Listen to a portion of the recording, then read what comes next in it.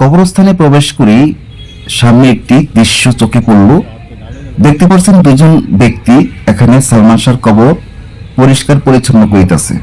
এখন এসে আমাদের প্রিয় নায়ক সালমান শাহর দুজন বক্ত পেয়েছি। কবরস্থানের খেদমতদার এই লোকটি যে কবরটিকে সেলুট করিতেছে, আসলে এটি কার কবর? সম্মানিত দর্শক শ্রোতা, আসসালামু আলাইকুম।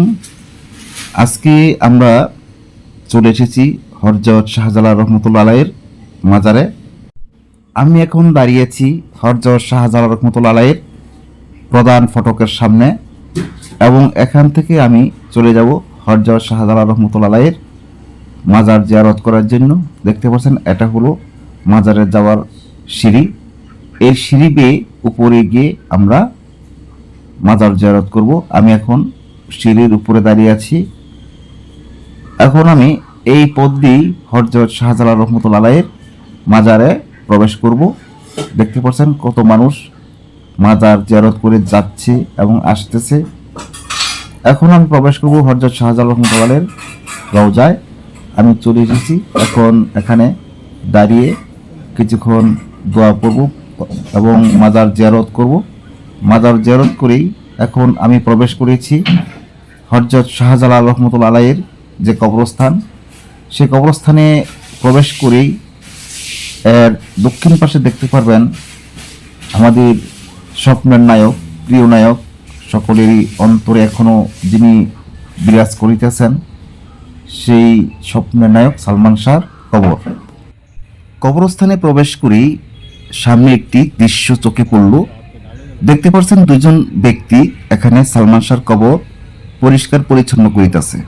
আমি প্রথমে মনে করেছিলাম তারা দুই ব্যক্তি এখানের স্থানীয়, হয়তো তারা এখানে যে গুণীমানী মানুষগুলো কবর দেওয়া হয়েছে সেই মানুষগুলোর কবর পরিচর্যা করে, আমি প্রথমে তাই ভেবেছিলাম। যদি তারা এখানের কবর পরিচর্যক না হয়ে থাকে তাহলে ভেবেছিলাম হয়তো তারা সালমান শাহর পরিবারের কোনো লোক হতে পারে, তারা এসে সালমান শাহর কবরটাকে এভাবে পরিষ্কার পরিচ্ছন্ন করতেছে। আমি যা ভেবেছিলাম তা হয়ে গেল উল্টো। এখন দেখি যে তারা দুজন অনেক দূর থেকে এসেছে।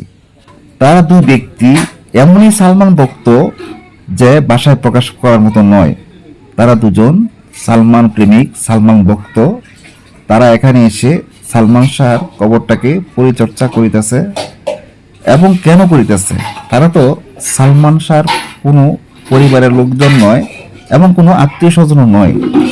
এখন আমি তাদের কাছে যাব, গিয়ে তাদের দুজনের কিছু কথা আমি জানার চেষ্টা করব যে তারা কে এবং তারা কোথা থেকে এসেছে, এবং তারা যে সালমান শাহর কোনো পরিবারের লোকজন কিনা এটা আমি তাদের কাছে জানতে চাইব।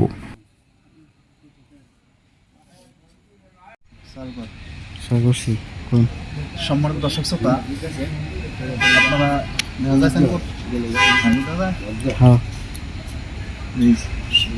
সম্মানিত দর্শক শ্রোতা, আমরা এখন এটি হযরত শাহজালাল রহমতুল্লাহ আলাইহির মাজারে। এখানে আসার পর হযরত শাহজালাল রহমতুল্লাহ আলাইহির যেই কবরস্থান সেখানে আসলাম। এখানে এসে আমাদের স্বপ্নের নায়ক, প্রিয় নায়ক সালমান শাহর কবর আমরা দেখতে পেলাম।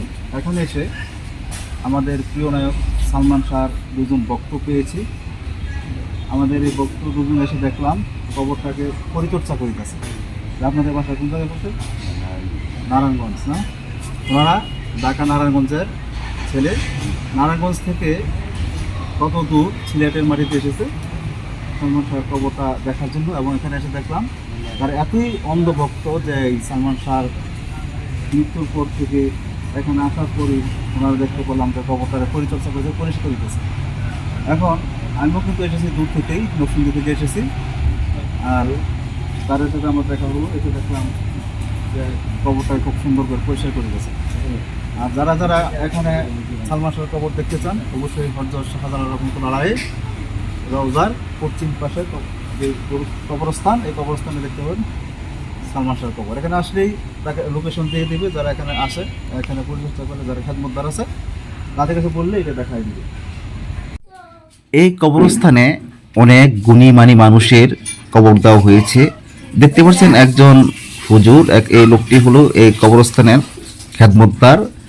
এই লোকটি যে কবরটিকে সেলুট করিতেছে আসলে এটি কার কবর, কে এই ব্যক্তি, আমি আপনাদেরকে এই গুণী ব্যক্তির কবরও দেখাবো।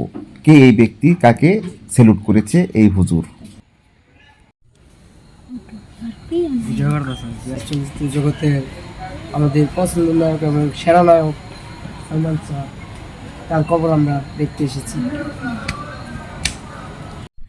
এখন আমি একটা কথাই বলতে পারি, অতীত এবং বর্তমান যত নায়ক আছে সবার শ্রেষ্ঠ, সবার সেরা নায়ক সালমান শাহ। যে সালমান শাহ অল্প বয়সে অল্প কিছু ছবি করেই সে এতটা জনপ্রিয়তা অর্জন করতে পেরেছে।